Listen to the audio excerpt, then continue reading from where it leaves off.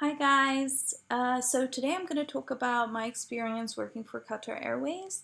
I'm just going to talk about how I actually got the job, the whole interview process and how all of that worked. So first of all, I'd just like to say there are many people with many different opinions about Qatar and Qatar Airways and everything, and some of them are not so good, and I really am not going to go into all of that in this video.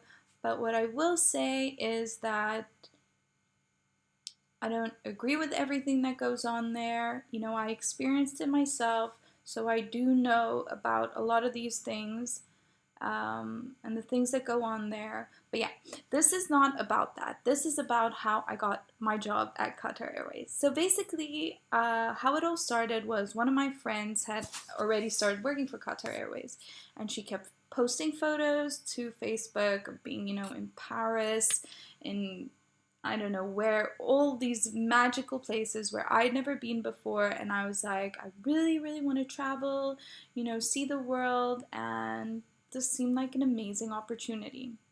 So basically what I did is I got my CV together, I took a few photos that they give you the specifications online about, and I went to the open day, which I found online as well. And so when I went to the open day, there was like a queue outside the door. It was crazy. There were so many people there, but I sat down for a couple of hours, waited to hand in my CV, and I handed it in, and yeah, waited and waited by the phone because the lady said if I got to the next round for the next day that she'd give me a call.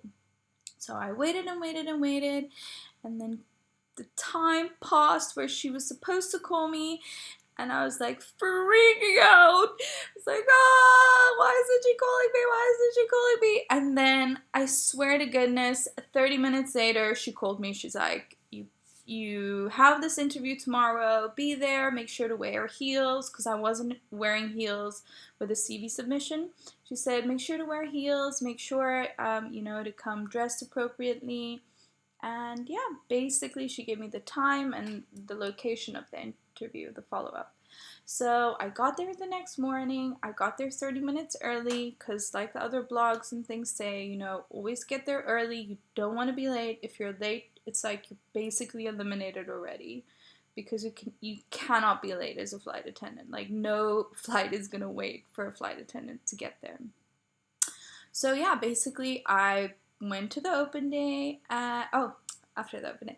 So I was at the second day interview, and yeah. So what happened was it was a group discussion. Now I can't remember exactly what was happening in this group discussion or what it was about.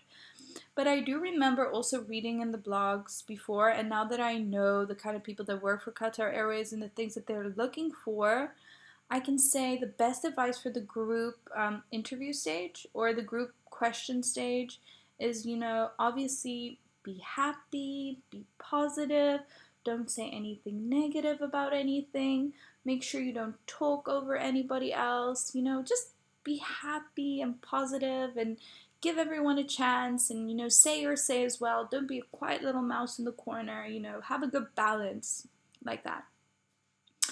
And so after that round, they obviously called the names of the people that are through to the following round, which is the same day still. And that was writing an English test. So the English test, I would say if you have a basic level of English, is alright.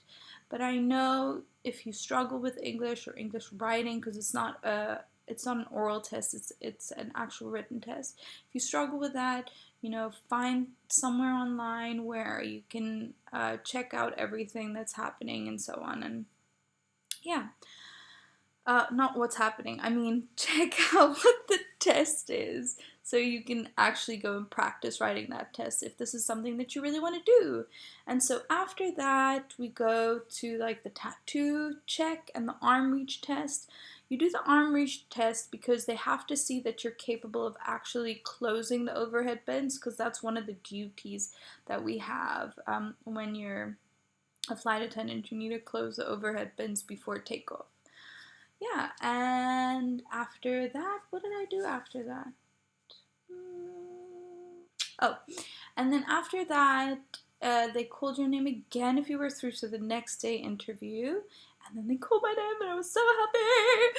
And then basically they were like, okay, come in tomorrow and then we will let you come in tomorrow and then it'll be a one-on-one interview. So I came in that day. It was a one-on-one interview. And yeah, I can only really remember 2 questions from that last interview day. The one was about, service recovery type of stuff. And basically, the woman just asked me,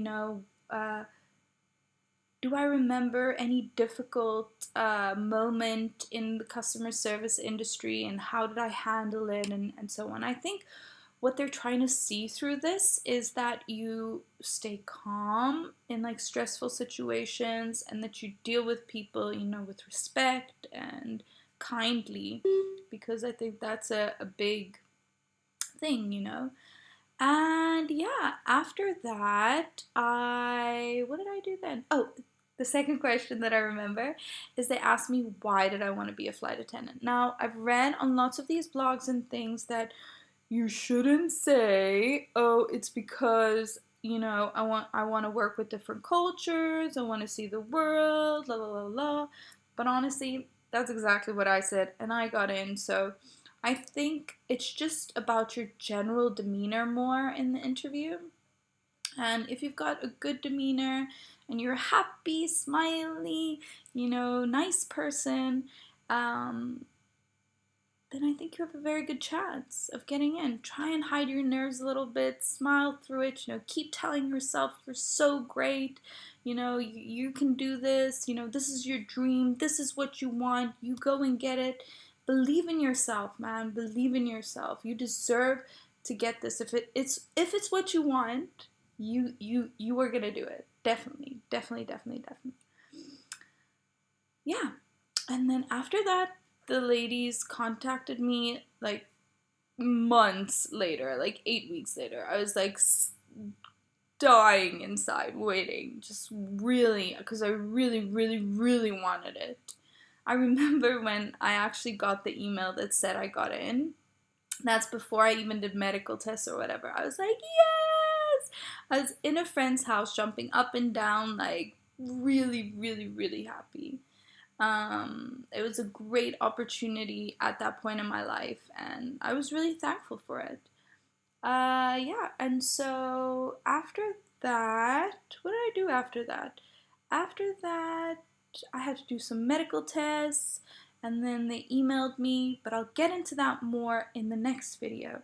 But if you have any questions about the interview process, or you want me to do any specific videos about working for Qatar Airways, just let me know. Okay, bye guys!